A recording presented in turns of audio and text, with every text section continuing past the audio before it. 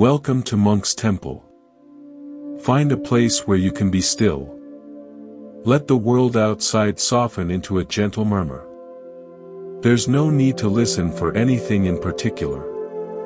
Simply allow the sound of these words to wash over you, like the distant sound of rain on leaves. Let your eyes close, if they haven't already. Feel the incredible weight of your body being held, completely supported, by whatever is beneath you. The chair, the floor, the bed. Notice the subtle rise and fall of your chest with each breath. In and out. There is nowhere you need to go. Nothing you need to do. In this moment, your only task is to be here.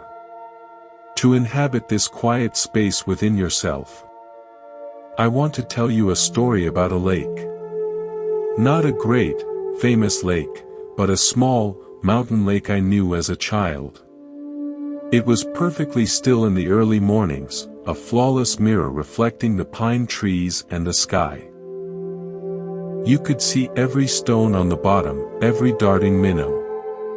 It was clarity itself. But as the day wore on, the winds would pick up in the valley. They would sweep down the slopes and rush across the surface of the water. The perfect mirror would shatter. The image of the trees would break into 1,000 frantic, shimmering pieces. The clear view to the bottom would vanish, churned into a murky confusion of waves and sediment. For years, I thought the wind was ruining the lake. I resented the afternoons, waiting impatiently for the evening calm to return the lake to what I believed was its true state, the state of perfect, glassy stillness. It took me decades to understand. The lake was never meant to be only a mirror. The lake was water. And the nature of water is to respond. To move. To take the shape of whatever contains it, and to ripple under the touch of the wind. The afternoon turbulence was not a corruption of the lake. It was the lake expressing another aspect of its complete nature. My suffering wasn't caused by the wind. It was caused by my attachment to a single, favorite expression of the lake, the morning mirror, and my rejection of all its other beautiful, real forms. We do this with our own minds, our own lives. We decide that peace is one specific condition, when everything is calm, when everyone agrees with us, when our plans unfold exactly as we drew them. We cling to this fantasy of a windless life. And when the inevitable winds blow, a conflict, a change, a disappointment, we believe our peace has been destroyed.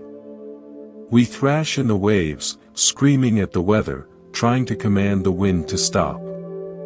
We exhaust ourselves fighting the nature of reality itself.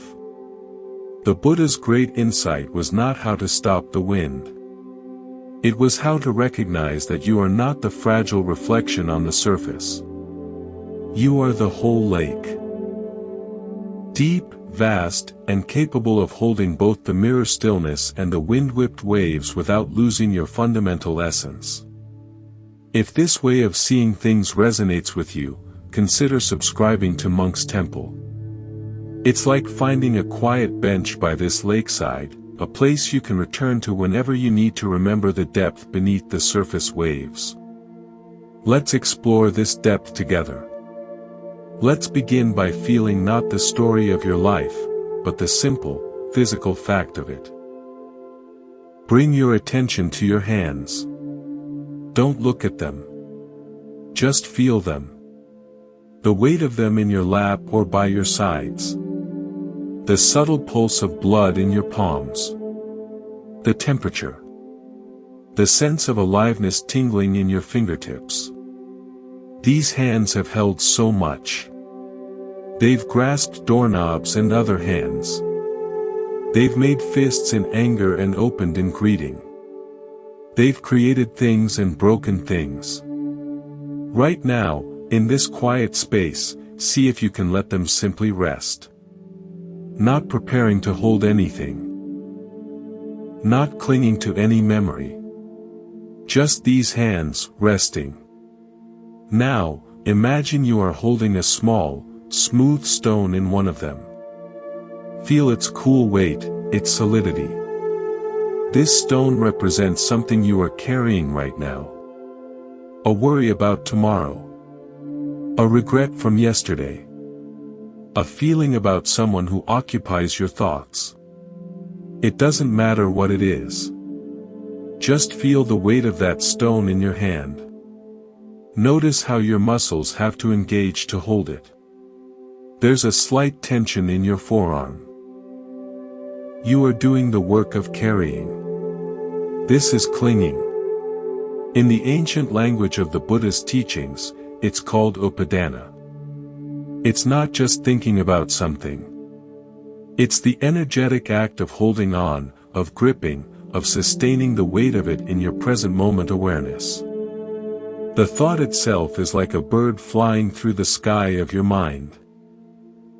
Clinging is building a cage, capturing the bird, and then carrying that cage with you everywhere, feeding the bird your attention, listening to its song of worry or grief or longing. You are not suffering because the bird flew by. You are suffering because you are now a full-time zookeeper for a single bird, ignoring the vast, open sky. The practice of letting go is not about throwing the bird out of the cage into a storm. It's much simpler, and more gentle. It's about noticing the cage door was never locked. It's about opening it, and sitting quietly, allowing the bird to stay or leave of its own accord. It's about transferring your attention from the bird to the sky. The sky doesn't care if the bird is there or not. The sky simply is. Spacious. Open. Present. So feel that stone in your hand again. The weight of what you're carrying. And then, in your imagination, very slowly, gently, uncurl your fingers. Let your palm open flat. Allow the stone to simply rest there. You are not throwing it away. You are just ceasing to grip it. You are changing your relationship to it from one of active clinging to one of simple, aware allowance. It may still sit on your open palm. That's okay. The weight is there, but the exhausting tension of gripping is gone. This is the first, and most profound, step. You are learning to hold your life with an open palm. From this place of open-handed awareness, we can look at one of the most powerful illusions we live by, the myth of permanence. We build our lives on quicksand, believing it to be solid rock. We fall in love with a moment and then demand that it become a monument. I remember an old clockmaker in a village I once passed through.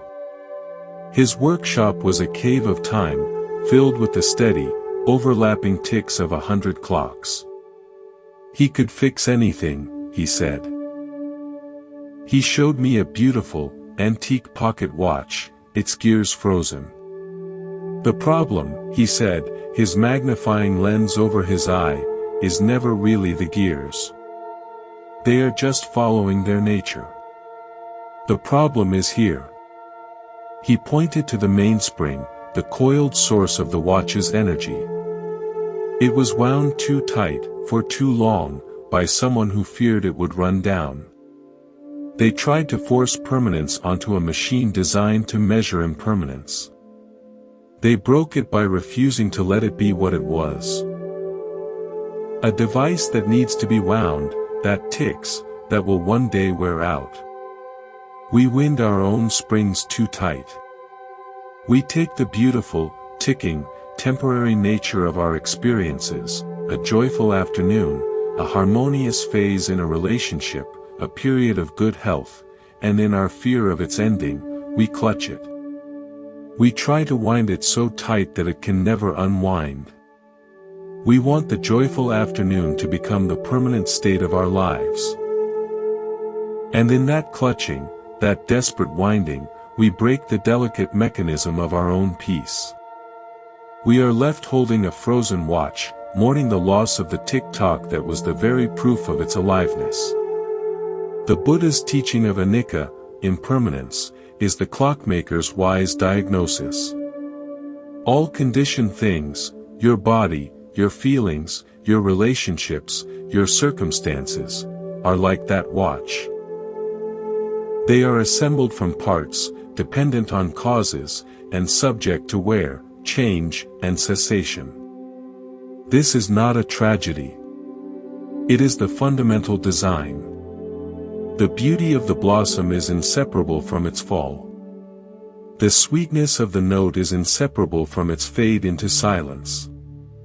To demand otherwise is to live in a constant state of brokenness, fighting the essential law of the universe you inhabit. When we truly let the truth of impermanence settle into our bones, it changes the very quality of our attention. It turns what we have from a possession into a visitation. I think of my grandmother's garden, specifically her peonies. For 50 weeks of the year, they were unremarkable green bushes. But for 2 glorious, explosive weeks in early summer, they would erupt into massive, fragrant, impossibly heavy blooms, great clouds of pink and white. As a child, I would run into the garden each morning during those weeks, desperate to see them, to bury my face in them, knowing full well that soon, a hard rain or the weight of their own beauty would scatter the petals across the grass. There was no clinging to those peonies. You couldn't. Their magnificence was a direct function of their brevity. Their fleeting nature didn't diminish my joy, it consecrated it. It made every morning visit a pilgrimage, a sacred witnessing. We can learn to relate to everything this way. Not with the grasping hunger of an owner, but with the grateful attention of a witness. The person sitting across from you at dinner. The health in your body today. The quiet of this evening. See them as the peony in full, fleeting bloom. You don't love it less because you know it will change. You love it more deeply, more intensely, because you are present for its unique, unrepeatable expression of life. This is the alchemy Buddhism points to. Using the truth of endings to transform casual experience into sacred encounter. Your peace comes not from securing the bloom forever under glass, but from learning the art of wholehearted, goodbye-aware presence. From this place of tender, clear-eyed presence, we can turn and look at a force that shapes so much of our inner turmoil, our relationship with other people's minds. We live as if reflected in a hall of mirrors, constantly adjusting ourselves based on distorted images. The Buddha called the forces that create these distortions the 8 worldly winds: praise and blame, fame and disrepute, gain and loss, pleasure and pain. We spend our lives, often unknowingly, trying to stand in the exact spot where only the good winds blow, praise, gain, pleasure. But the hall has no such spot. The winds are always shifting. I knew a sculptor, a man of immense talent and equally immense fragility. He would work for months on a piece, and its fate, his fate, would be decided in a single afternoon at a gallery showing. If people gathered, nodded appreciatively, made purchases, he would float home, a giant, his worth confirmed. He was a genius, a success, a real artist. But if the crowd was thin, or a critic made a dismissive comment, he would collapse. The same man, the same sculpture, would become in his own eyes a fraud, a failure, a waste of space. His entire sense of self was a kite, soaring or crashing based on the weather of public opinion. His studio became a prison of anticipation and dread. He wasn't sculpting from joy anymore, he was sculpting for the wind, trying to create something that would guarantee a favorable breeze. One day, in a fit of despair after a poor showing, he took a hammer to a piece he'd just finished. But as he swung, something stopped him. He looked at the sculpture, and then at the hammer in his hand, and he saw the absurdity. He was about to destroy a year of his life because 10 strangers didn't nod their heads the right way. He put the hammer down. He didn't suddenly become immune to criticism. Instead, he made a simple, profound shift. He moved his studio. Literally. He moved it from a storefront hoping for customers to a small, quiet shed behind his house with no windows facing the street. He told himself, in here, the only wind is the one I make with my own breath. The only praise or blame that matters is whether my own hands feel true on the clay. He began to work for the sake of the dialogue between his vision and the material, not for the noise outside. The work that emerged was different. It was stranger, less polished, more authentically his. And ironically, people eventually sought it out precisely because it carried that unmistakable signature of inner truth, not external approval. Your mind is that studio. You get to choose which way it faces. When you orient it outward, toward the changing winds of others' opinions, you lose your center. Your emotional state becomes a report on the social weather. When you orient it inward, toward your own ethical compass, your own felt sense of truth, you build a foundation that no gust of praise or blame can shake. This is adhitthana, often translated as resolution or determination. It is the courage to face your workbench away from the street, to find your worth in the integrity of your own effort, not in the fickle applause of the crowd. This inward orientation allows us to see a crucial distinction, the difference between pain and suffering. Pain is the first touch of the hot stove. It is immediate, sensory, a signal. Suffering is everything that happens after, the story of, why was the stove on? The anger at yourself or someone else, the anxiety about the scar, the replaying of the moment. Pain is inevitable in a living, sensitive body and heart. Suffering is optional. It is the elaborate, self-built cathedral of thought and emotion we construct on the site of the original pain. Think of a time you stubbed your toe. The initial, blinding flash, that's pain. Pure, clean sensation. But what happens next? The mind leaps in. Oh, you idiot. Why is that table there? This always happens to me when I'm tired. Now it's going to throb all day and ruin my plans. That cascade, that drama, that is suffering. It is the mind taking a single, sharp note of sensation and composing a whole, tragic opera around it. The Buddha's path is about learning to hear the initial note, to feel it fully, and then to let the orchestra sit silent. To not compose the opera. To let pain be just pain, without the added soundtrack of commentary and catastrophe. Learning to distinguish the clean note of pain from the noisy opera of suffering requires a new kind of inner space. It requires what the Buddha called vipassana, clear seeing.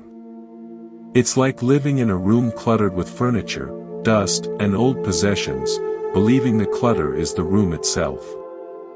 Then, one day, you begin to move things. You clean a corner. And for the first time, you see the actual wall, the floor, the window that was always there, hidden behind the piles of stuff. The clutter is your suffering, the stories, the judgments, the endless thinking. The room, the spacious, empty awareness that can hold the clutter without being defined by it, is your true nature. Imagine you are sitting by a clear, slow-moving stream. Leaves are floating on its surface. Some are bright autumn gold, some are brown and crumbling. Your thoughts and feelings are like those leaves. The untrained mind sees a golden leaf, a pleasant memory, a happy hope, and leaps into the stream to grab it, to hold it, to possess it. It sees a brown, crumbling leaf, a worry, a sadness, a fear, and thrashes in the water, trying to push it away, to sink it, to get it out of sight. This leaping and thrashing is exhausting. It's how we spend our days, chasing and fleeing the floating leaves of our own inner weather. The practice is to simply sit on the bank, to watch the leaves float by. The golden ones, the brown ones. To see them clearly. To note, ah, a happy memory is floating by. Ah, a worry is floating by. You don't have to jump in. You don't have to change the stream. Your job is not to be the editor of the leaves, but the compassionate witness of the water. When you stop jumping in, something miraculous happens. You realize you were never the leaves at all. You are the awareness that sees the leaves, the bank that holds the stream, the vast sky reflecting in the water. The leaves come and go. The awareness remains, undisturbed. This shift from leaf grabber to stream watcher transforms your relationship with everything, especially with other people. When we are caught in our own leaf-grabbing drama, we see others only as characters in our story. They are either helpers who bring us golden leaves or obstacles who dump brown ones into our stream. We don't see them. We see their role in our movie. I remember a woman who came to our temple, burdened by a decades-long conflict with her sister. It was a classic tapestry of old grievances: who said what at a wedding, who didn't help with an ailing parent, who was favored, who was overlooked. She could recite the script perfectly. She was the wounded heroine, her sister was the heartless villain. One day, during a period of silent retreat, she was asked to do a simple task: watch the ants on a garden path. Not interfere, just watch. She saw them moving in their lines, carrying bits of leaf, interacting, navigating pebbles. She knew nothing of their inner ant world, their disputes over crumbs, their loyalties. She just saw them as small, purposeful creatures living a complex life utterly separate from her own. A strange thought arose in her: what if my sister is an ant? It wasn't demeaning. It was humbling. It meant her sister was a complete universe unto herself, driven by her own history, fears, needs, and ant logic that she, the woman, would never fully comprehend. Her sister's actions over the years were not a carefully crafted villainy aimed at her. They were the movements of another complex creature on a different path, responding to her own inner world. This realization didn't instantly fix their relationship. But it dissolved the rigid story. It replaced the hero and villain narrative with something simpler and more real: two humans, each carrying their own heavy load of leaves, sometimes bumping into each other painfully on a narrow path. The bitterness didn't vanish, but it lost its mythic power. It became just a feeling, a brown leaf floating on her stream, not the definition of her life. This is the essence of compassion, karuna. It begins when we stop taking everything personally. When someone speaks to you in anger, instead of hearing an attack on your soul, you might learn to hear a cry of pain in a foreign language. Their words are the brown leaves tumbling down their stream. You happen to be standing nearby. You don't have to catch them. You don't have to build a dam to stop their flow. You can acknowledge, there is anger here, without making it yours. This doesn't mean you accept abuse. It means you respond from the stable bank, not from the thrashing water. You can set a boundary, a gentle, firm redirecting of the stream, from a place of clarity, not from a reactive place of hurt. I hear your pain. And I cannot speak with you when your words are this sharp. I am here when the water is calmer. This ability to not absorb the emotional weather of others is a superpower. It's what allows love to become clean, and not a tangled knot of need. Real love, metta, is not, I need you to be my sun, so I can feel warm. It is, I honor the light in you, and I tend the light in me. When we are together, we share our glow, but neither of us goes dark when we part. Think of two candles lighting in a dark room. Each has its own flame, its own wax, its own wick. They can be brought close together, and their light merges, making the whole room brighter. But if one candle tries to get all its light from the other, it will tilt, drip wax erratically, and risk smothering both flames.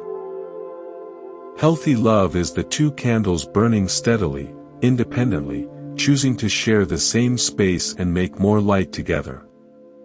The grief when a candle goes out is real, the room will be darker. But the other candle is not extinguished. It still burns. It can still light another. This steady, inner flame allows us to examine the architecture of our own choices, particularly where we direct our most precious resource, our effort. We often exhaust ourselves trying to dig a well in solid rock, convinced water should be there, while a clear spring bubbles quietly just a few feet away in soft earth. The Buddha called this wise effort, samavayama. It is the discernment to apply your energy where it can actually make a difference, and to cease applying it where it only creates friction and fatigue. There is a story of a farmer who owned a field at the edge of a great forest.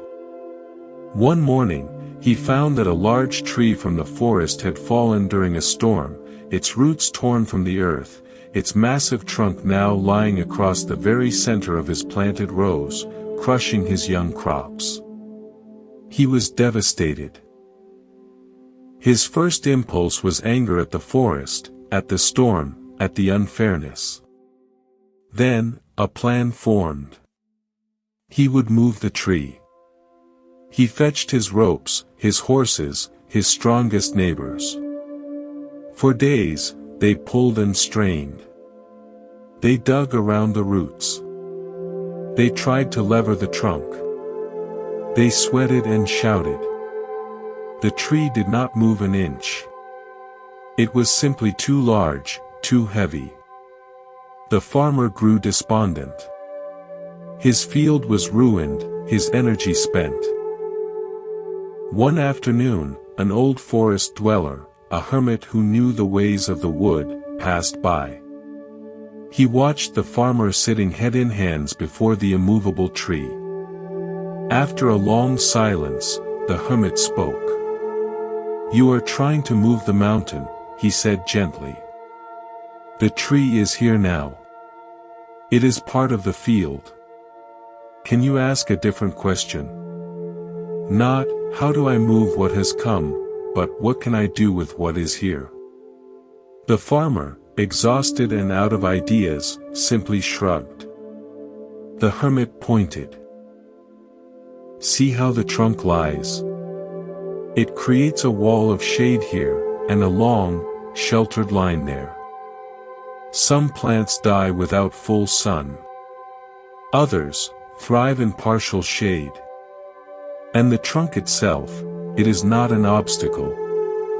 It is a bridge. It is a bench. It is a boundary. The tree has not ended your farm. It has changed it." The farmer sat with this for a long time. He stopped pulling against reality. He began to work with it. He planted shade-loving greens along one side of the trunk. He trained climbing beans up over it, turning it into a living trellis. He carved a flat spot on its side to make a seat where he could rest and look over his transformed field. Within a season, his field was more diverse, more interesting, and in some ways, more abundant than it had been before the storm. The tree became the central, defining feature of a new kind of bounty. We all have fallen trees in our lives. The unexpected diagnosis. The job loss. The ended relationship. The failed plan. Our first, instinctive reaction is often the farmer's, to pull and strain against the immovable fact of what has happened. We exhaust ourselves in the futile effort of trying to make it not be true. Wise effort is the hermit's question, what can I do with what is here? It is the shift from resistance to resourcefulness. It is asking, given this new landscape, one that includes this fallen tree, how can I live? What can I plant? What new path can I walk? This isn't passive acceptance. It is profoundly creative. It is the act of building your peace with the materials reality has provided, not the ones you wished for. This creative acceptance is rooted in a deep understanding of cause and condition. In Buddhism, this is praditya samutpada, dependent origination. Nothing exists in a vacuum. Every event, every person, every feeling is a momentary convergence of countless streams of influence. You are not a solid billiard ball being knocked around by other solid balls. You are more like a whirlpool in a river, a dynamic, ever-changing pattern formed by the constant flow of water, the shape of the riverbed, the wind on the surface, the rocks below. To blame the whirlpool for its shape is to miss the point entirely. Think of a moment of sharp anger you felt recently. That anger wasn't a solid, pre-existing thing that leapt out of a box. It was a whirlpool that formed in the river of your mind. What were the streams that fed it?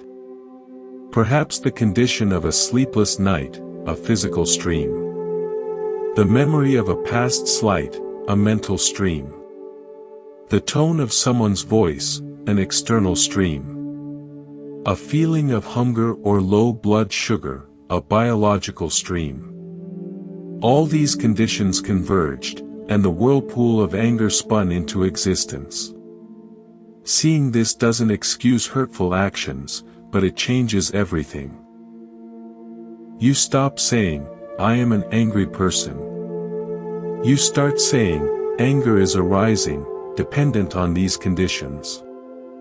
You are not the whirlpool. You are the awareness that sees the whole river, who can perhaps, with patience, learn to calm the waters upstream. This view releases you from a crushing weight, the weight of thinking everything is your fault, or that you can fix everything. You are a confluence, not a controller. You can tend to your own streams. Get more rest, practice mindfulness, eat well, to create conditions where harmful whirlpools are less likely to form. But you cannot control all the streams that flow into the moments of your life, or into the lives of others. Trying to do so is, again, trying to move the unmovable tree. Your freedom lies in tending your own part of the river with care, and learning to navigate the currents with grace, not in trying to stop the flow of reality itself. This brings us to a quiet, often overlooked sanctuary, the space between feeling and action. In that space lies your true power. Imagine your mind as a vast, silent observatory. Your thoughts and emotions are like stars and planets appearing in the dome of your awareness. An old, reactive pattern is like a familiar constellation, say, Orion the resentment. For years, whenever it appears in your sky, you've immediately reached for a telescope labeled argument, or silent treatment, or overthinking, and you've trained it on that constellation, studying it, feeding it stories, until it dominates your entire night sky. The practice is to sit in the observatory chair and simply notice. Ah! Orion is rising. You note its presence. You feel the old pull to reach for the familiar telescope. But tonight, you pause. You don't reach. You just breathe and watch. You notice other stars too. The faint, steady glow of the breath. The gentle satellite of sound in the distance. You realize Orion is just one pattern among many. It is not the whole sky. By not feeding it with your focused attention, it gradually loses its compelling brilliance. It just becomes part of the beautiful, impersonal tapestry of the night. This pause, this conscious choice of where to direct the telescope of your attention, is the birthplace of freedom. It is how you rewrite your own cosmos. As we learn to sit in the observatory of our own awareness, we begin to see the most persistent constellation of all, the story of I, me, and mine. This sense of a solid, separate, continuous self feels so fundamental, so undeniable. It is the central character in every drama, the owner of every experience, the victim of every slight, the hero of every triumph. Buddhism invites a radical, liberating investigation. It asks, what if this self you've been protecting, defending, and feeding for so long is not a fixed thing, but a process? Not a noun, but a verb. Think of a flame on a candle. From a distance, it looks like a single, stable, yellow entity, the flame. But look closer. What is it, really? It is a constant, rapid process of combustion. Wax is drawn up the wick, vaporized, and combined with oxygen, releasing light and heat. The gaseous fuel is consumed, new fuel is drawn in. The flame of 1 second is not the same flame as the next second. There is no flame stuff that travels from moment to moment. There is only this shimmering, dancing, dynamic event, dependent on the wax, the wick, the air. We point to this beautiful, transient event and we name it, we call it the flame, and then we forget its true, fleeting nature. We think of it as a thing. You are like that flame.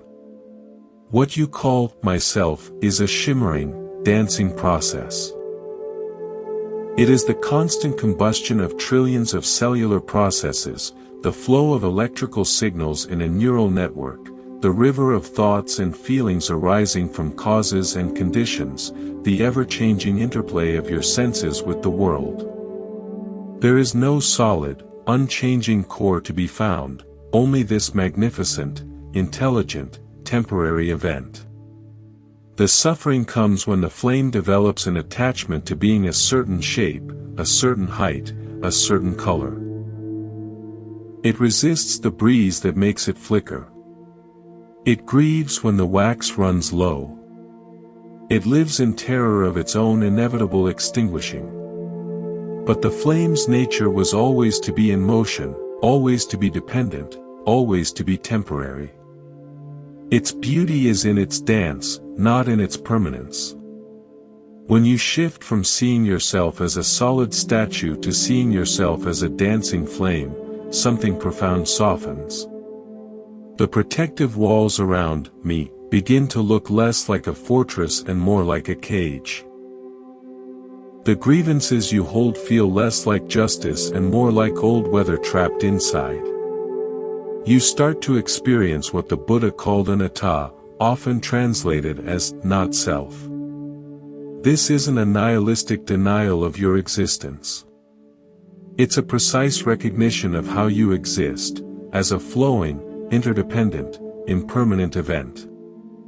This recognition is the key that unlocks the heaviest doors of the heart. I remember a man who carried a deep, lifelong identity as the responsible one. In his family, from a young age, he was the rock, the fixer, the one who held things together. He wore this identity like a suit of armor. It gave him purpose, but it was heavy, isolating, and brittle. He couldn't show weakness, couldn't ask for help, couldn't stop working, because to do so would be to betray the very core of who he believed he was. The armor became his prison. One day, during a serious illness that forced him to stop, to be cared for, he experienced a kind of internal cracking. Lying in bed, unable to fulfill his responsible role, he felt not just physically ill, but existentially terrified. Who was he, if not the strong one? In the stillness of his convalescence, he began to notice other sensations, other selves, that had been hidden by the armor. He felt a quiet curiosity about the birds outside his window, a self that was simply observant. He felt a deep gratitude for a cup of tea brought to him, a self that was receptive and soft. He felt moments of helpless frustration, a self that was small and scared. He saw that, the responsible one, was just one costume in a vast wardrobe of possible ways of being. It was a role he had learned to play, brilliantly and exhaustingly, but it was not the totality of him. Letting that rigid identity soften didn't make him irresponsible. It made him whole.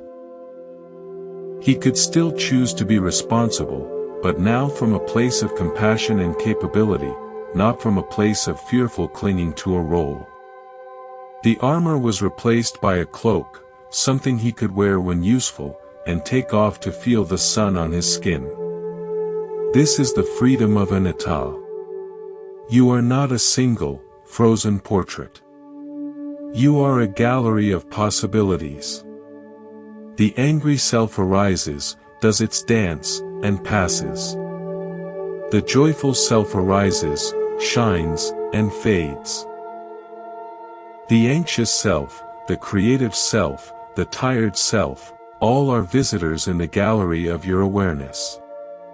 You are the spacious room itself, not the paintings on the wall. When you stop identifying completely with any one painting, you are no longer at the mercy of its subject matter. You can appreciate a dark, stormy painting without believing the sky in your world is forever falling. You can enjoy a sunny landscape without demanding it stay on the wall forever. From this spacious perspective, your relationship with the past undergoes a deep healing. We treat our past like a verdict, a life sentence read by a judge we can't see. Because that happened, I am doomed to be this way. But what if the past is not a verdict, but an old, weather-beaten map?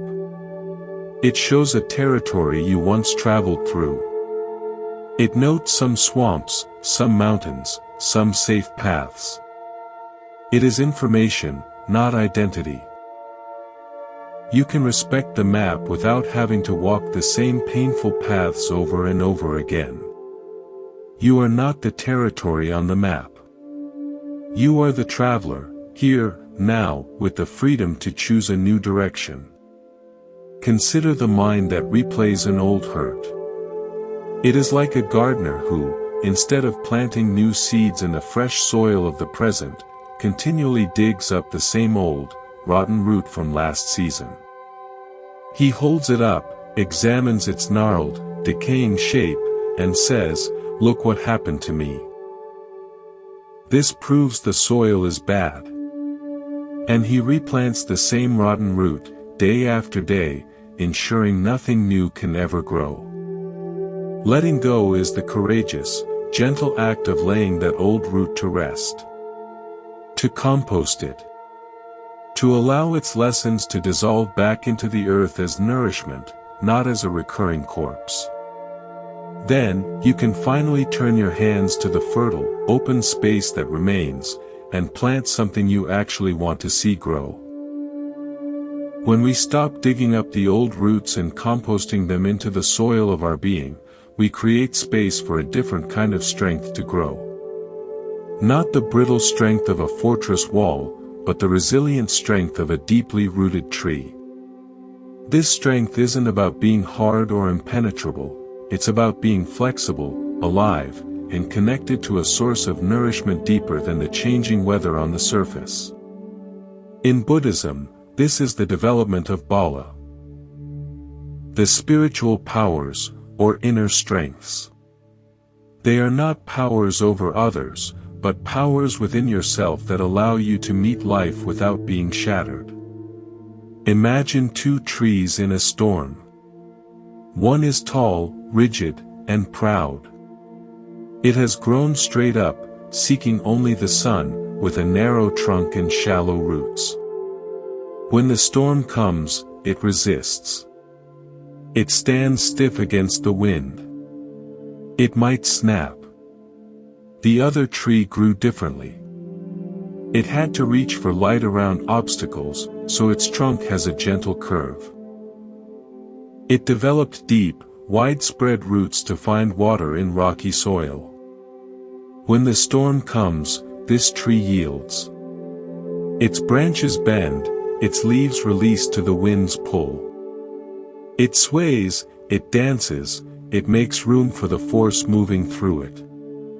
When the storm passes, the rigid tree is broken. The flexible tree is still there, perhaps with a few less leaves, but fundamentally intact, its roots even more tested and secure. We spend so much of our lives trying to be the first tree. We build an identity, a set of opinions, a lifestyle, and we hold it rigid. We believe our strength is in our unmoving position. This is who I am. This is what I believe. And when life's storms, criticism, loss, change, blast against us, we brace. We tense. We often break inside. The spiritual path cultivates the strength of the second tree. The strength of flexibility. The strength that comes from knowing your roots are in something deeper than your current form. In awareness itself, in compassion, in the flow of life. This strength allows you to bend without breaking, to yield without surrendering your core, to lose leaves without losing your connection to the earth. This inner flexibility is what allows for true forgiveness. Not forgiveness as a moral obligation or a transaction where someone says, sorry, but forgiveness as a radical act of self-liberation. Holding a resentment is like drinking poison and expecting the other person to get sick. You are the one who has to carry the bitter taste, the toxic heat in your belly. Forgiveness, from this perspective, is simply the decision to put the poison down. It doesn't mean what happened was okay. It doesn't mean you have to let that person back into your life. It means you are no longer willing to let their past actions continue to poison your present. You are setting down the heavy, hot stone you've been carrying for them. The stone was their action. Your carrying of it all these years. That was your choice. Forgiveness is setting the stone down on the side of the road and walking on, lighter. I recall a woman who for 20 years carried a cold fury toward a business partner who had cheated her. The partner was long gone, successful elsewhere. She, however, was stuck. Her life had become a monument to this betrayal. Every new opportunity was viewed through the lens of, I can't trust anyone. Her health suffered. Her joy was thin. One day, her young daughter asked her why she was always so sad when she talked about her work. The simple question pierced her. She saw that she had built a shrine to her hurt and was living inside it, making her daughter a visitor to her own bitterness. She didn't know how to forgive. So she started smaller.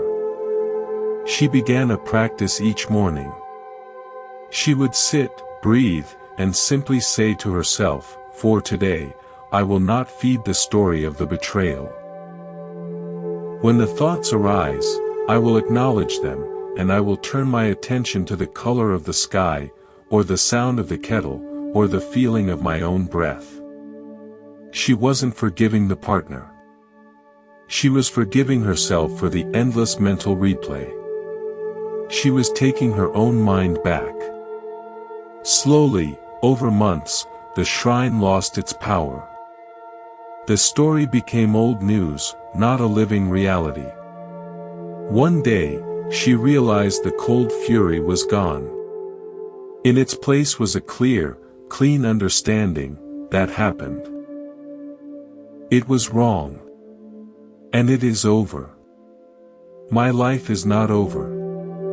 The poison was gone. She had put the stone down. This is the practice of renunciation, nekhama. It is not about giving up worldly pleasures in a dramatic gesture.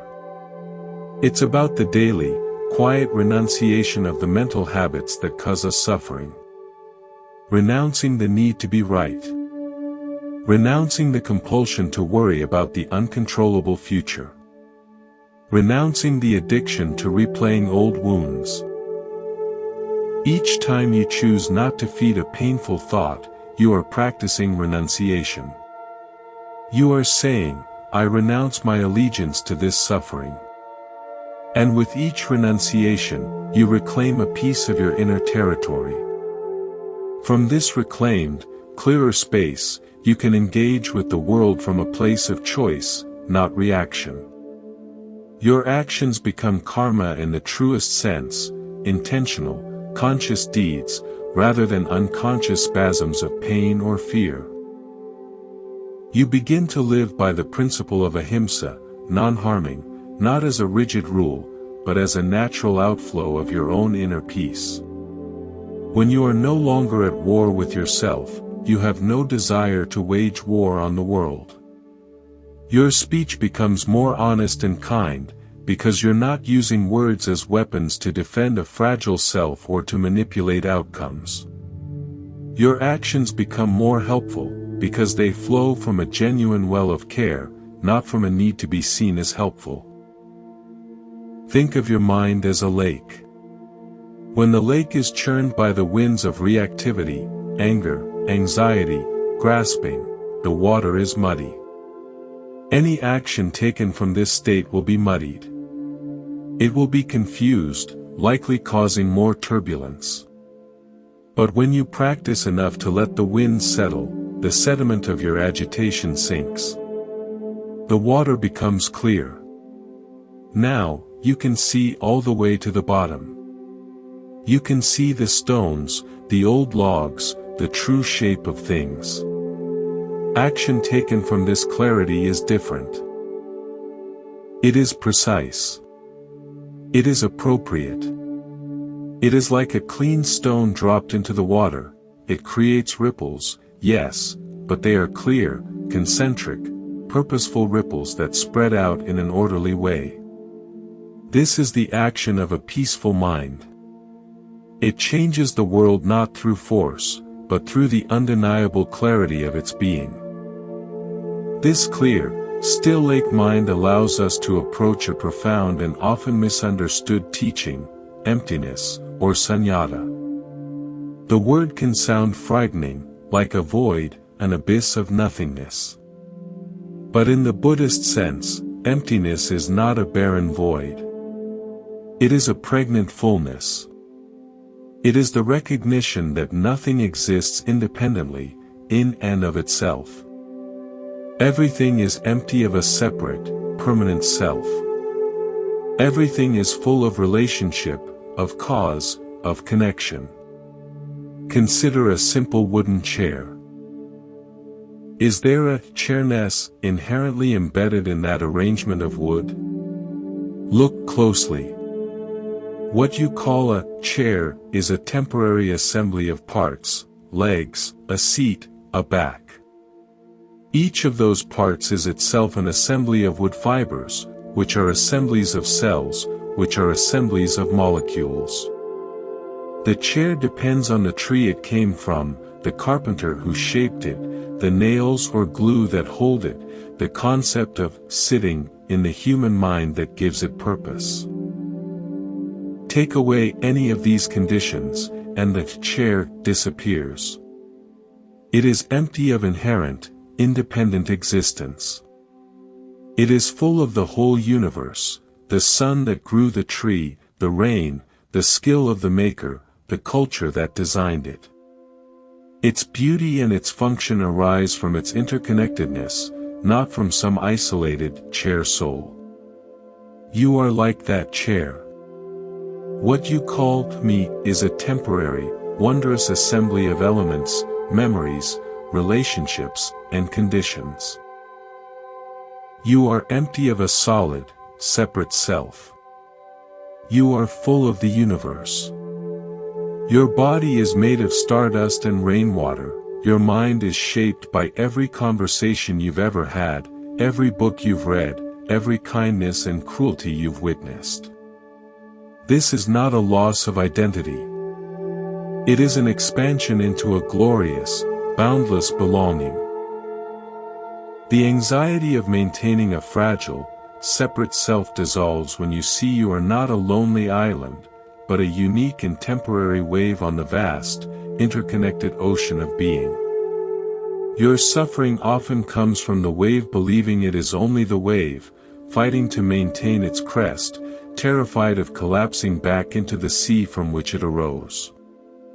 Peace comes when the wave realizes it is the sea, expressing itself momentarily in this beautiful, fleeting form.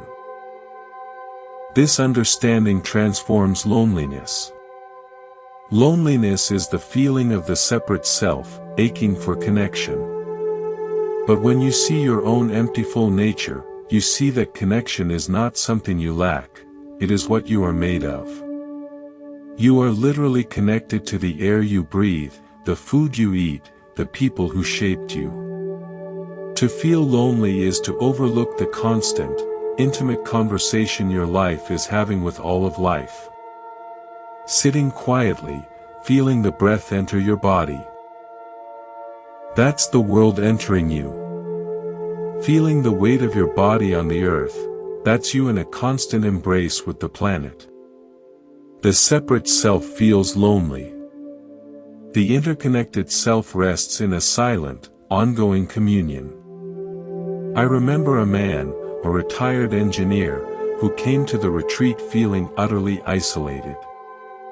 His wife had passed, his children lived far away, his old colleagues had moved on.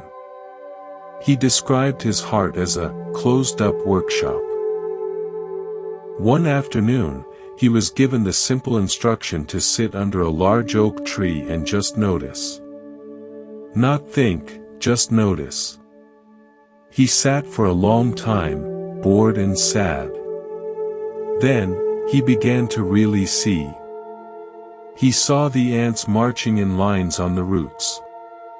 He saw the light filtering through 1,000 different leaves, each one quivering slightly in its own way.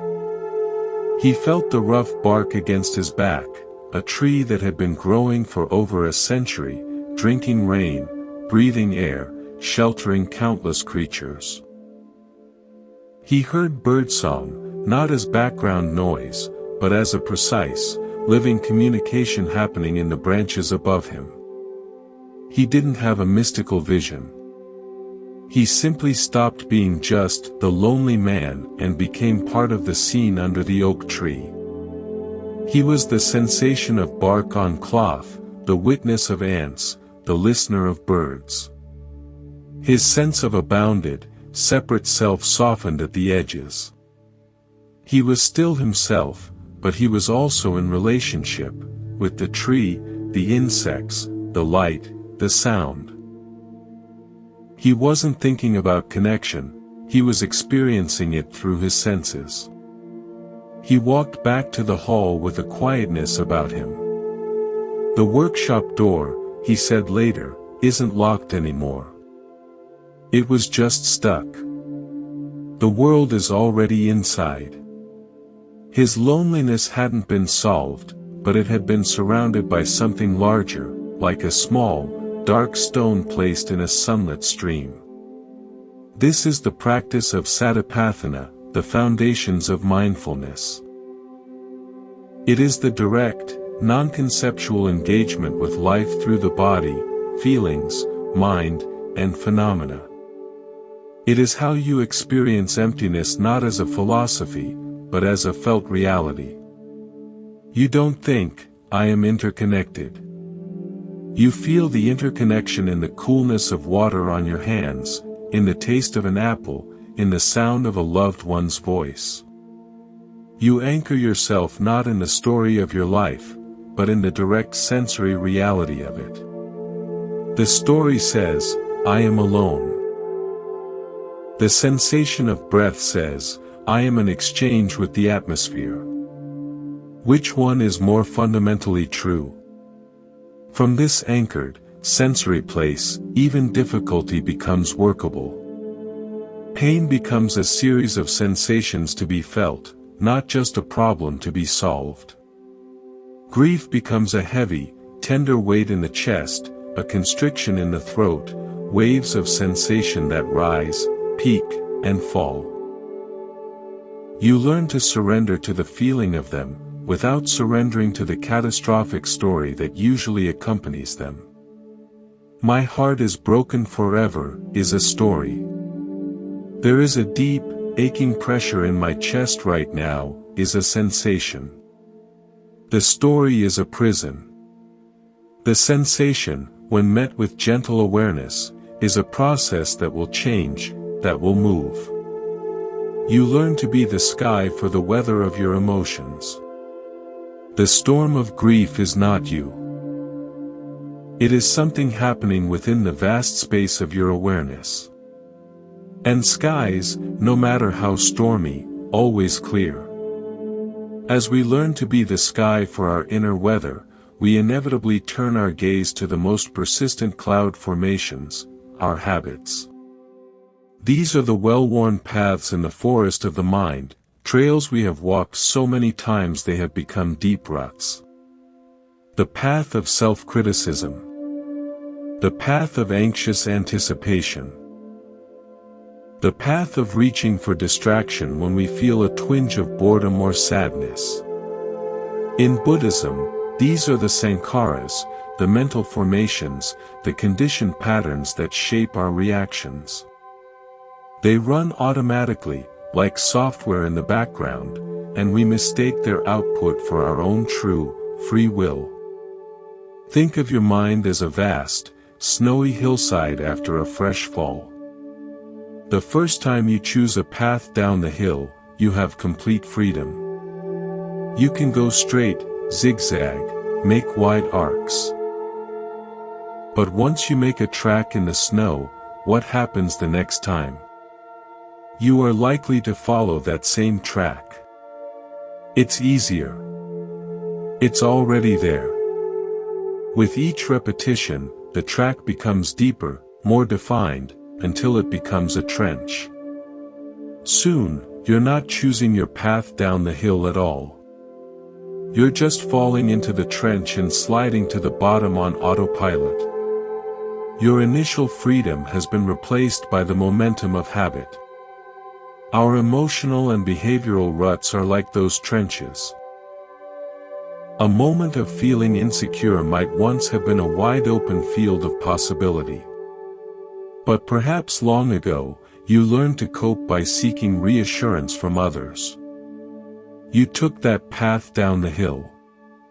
You've taken it 1,000 times since. Now, the moment insecurity arises, you don't even feel you have a choice. You are already in the trench, sliding toward the familiar action of seeking external validation. The habit has become your identity. I am a needy person.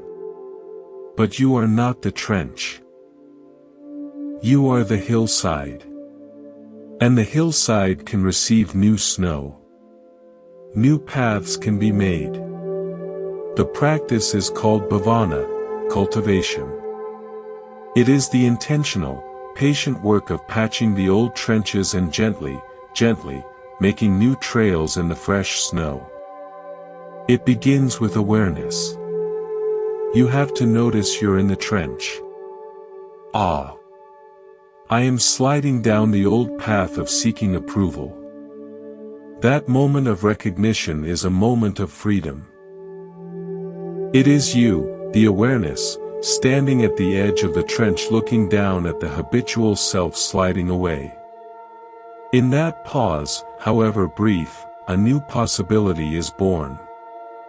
You might not be able to stop the slide this time. But you have seen it.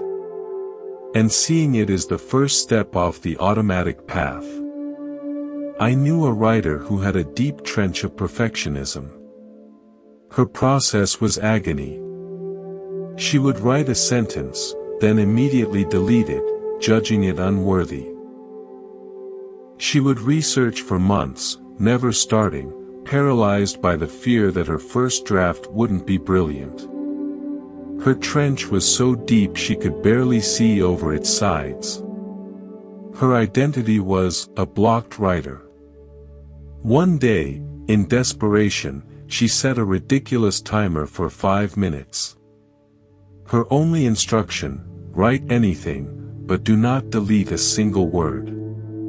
She could write, "I have nothing to say," over and over, but she could not hit the backspace key. The first session was torture. The second, slightly less so. She was, for 5 minutes, creating a new, shallow track in the snow. It wasn't a trench of genius, it was a faint path of allowed mess. She kept at it. 5 minutes became 10. The no deletion rule forced her to move forward, not backwards. She began to produce pages. They were messy, awkward, full of bad sentences. But they existed. The old trench of perfectionism was still there, calling to her. But now she had another, fainter path to choose. The path of the messy draft. Over time, as she consciously chose the new path again and again, it became more defined. The old trench, unused, began to fill in with the snowdrift of non-attention. She didn't become a careless writer. She became a productive one, who could then edit with compassion, not with the savage knife of perfectionism. She changed her relationship to the hillside of her creativity. This is how we work with all our sankharas. With the habit of anger, we might cultivate the new path of pausing for 3 breaths before speaking. With the habit of worry, we might cultivate the path of writing down our concerns at a set time, then consciously letting them go. We are not fighting the old trench. We are simply, with great kindness, walking a different way, over and over, until the new way becomes the easier, more familiar choice. This cultivation leads us to the heart of ethical living, or sila. Often, we think of ethics as a set of rules imposed from the outside: don't lie, don't steal, be kind. But from this perspective of mental cultivation, ethics arise naturally from a clear and peaceful mind. When you are no longer dominated by the trenches of greed, hatred, and delusion, you don't need a rulebook to tell you not to harm. Not harming becomes the obvious, natural action. If you are not at war within yourself, you have no ammunition to fire at others. Your speech becomes truthful not because you fear punishment, but because lies create complexity and dissonance in your own clear mind. Your actions become generous not to build up a spiritual resume, but because sharing flows naturally from a sense of inner abundance. Imagine your mind as a clear, clean spring high in the mountains. The water that flows from it is pure, because the source is pure. If the spring itself is muddied by agitation, greed, or confusion, the water flowing downstream will be muddy, and it will affect everything it touches. The precepts of ethical conduct are not about policing the water downstream. They are instructions for tending the spring. Refrain from harming is a way of not stirring up the mud of hatred at the source. Refrain from taking what is not given is a way of not agitating the water with the current of greed. You tend the spring through your meditation, your mindfulness, your cultivation of wholesome states. The clear water that then flows through your words and deeds is its own natural blessing on the world. From this clear spring of mind, our relationship to desire itself transforms. We are not asked to extinguish all desire, that is neither possible nor wise. The desire for food, for shelter, for companionship, for learning, are part of life's intelligence. The problem is not desire, but tanha. Thirst, craving, the addictive clinging to desire. It is the difference between enjoying a single, delicious piece of chocolate, and devouring the whole box in a frantic, barely tasting rush, driven by a feeling of lack. One is a sensory experience. The other is an attempt to fill a hole that cannot be filled by chocolate. The practice is to experience desire without becoming its servant. To feel the pull of a craving, for another cookie, for another episode, for validation. And to create a space around it. To ask, what is this, really? Often, you'll find the craving is a mask for something else: fatigue, loneliness, boredom, anxiety. The craving says, eat this and you'll feel better. Awareness says, I am tired. What I really need is rest. By listening to the deeper need, you address the cause, not just the symptom. You drink from a deep well, not from a puddle of craving. This is how desire becomes a guide back to your wholeness, not a chain that pulls you away from it. Let's complete our journey. We have traveled from the still lake to the flowing river, from the tangled forest to the clear sky. We have sat as the witness to the leaves of thought and the whirlpools of emotion. We have felt the interconnected truth of the wooden chair and the dancing flame. We have practiced making new paths in the snow of our habits, tending the clear spring of our mind. Now, we arrive at the simplest and most profound truth of all, the one that contains all the others. It is not a secret to be uncovered, but a reality to be relaxed into. It is the understanding that peace is not a state you achieve in the future, after you've fixed yourself or your life.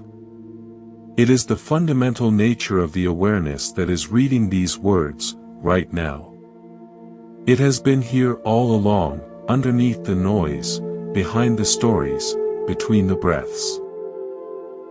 Imagine you are in a room where a film is being projected on the wall. The film is dramatic, full of joy and sorrow, conflict and resolution. For your whole life, you have believed you were a character in that film. You have identified with the hero's struggles, feared the villain's schemes, celebrated the victories, and wept at the losses. Your entire sense of reality has been the light and shadow dancing on the wall. But what if you were to slowly, gently, turn your head? What if you were to look away from the wall, and toward the back of the room? You would see the projector. You would see the beam of light, clear and steady, passing through the spinning reel of film. The drama on the wall is caused by the images on the film passing through the light. But the light itself is unchanged. It is pure, clear, and unaffected by whether the image is of a battlefield or a garden. The light does not fight in the battle. The light does not smell the flowers. It simply allows all of it to appear, to be illuminated, and to pass. You are that light. Your awareness is the projector's beam. The film is the content of your life, your thoughts, your memories, your sensory experiences, your relationships. They spin and play out on the wall of your consciousness. You have spent a lifetime believing you were the images. The practice, the entire spiritual journey, is the gentle turning of your attention from the drama on the wall to the source of the light at the back of the room. It is the recognition, I am not the story. I am the awareness in which the story appears. This is the ultimate letting go. It is letting go of the identification with the character you thought you were. That character, with its history, its flaws, its triumphs, its regrets, is part of the film. It is a changing, temporary pattern. It has its value, its beauty, its lessons. But you are not that. You are the space that holds it. You are the silent, knowing presence that has been watching the film of your life since the very beginning. When this recognition dawns, even for a moment, a profound relaxation occurs. The shoulders you've been carrying drop. The jaw you've been clenching softens. The mental argument you've been having with reality simply stops, because you see there is no one here to argue. There is just this, open, peaceful, intelligent presence.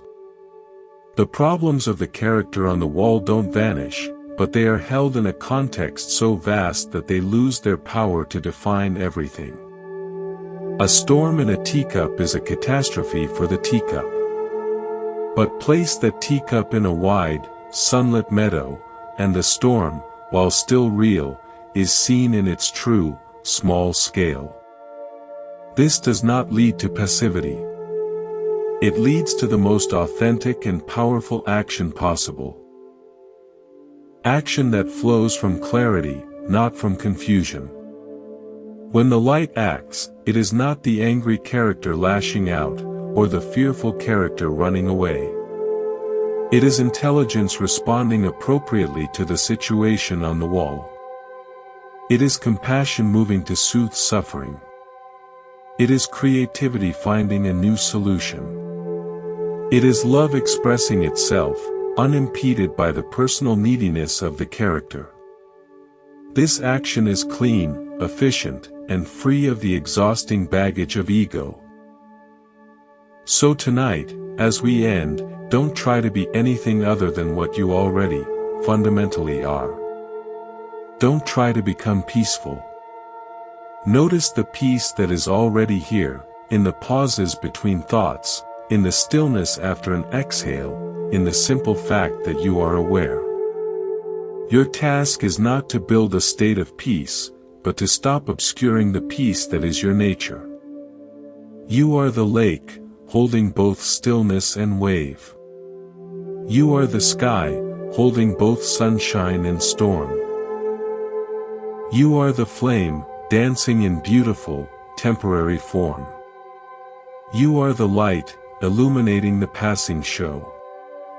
There is nothing to let go of, because what you truly are was never holding on. There is only the gentle, compassionate remembering of your own boundless nature. May you rest in this knowing. May you walk through this world from this unshakable ground. May the peace you find here ripple out from you, touching all you meet, not as something you give, but as something you simply are. Thank you for listening. This is Monk's Temple. May you be well. May you be at peace.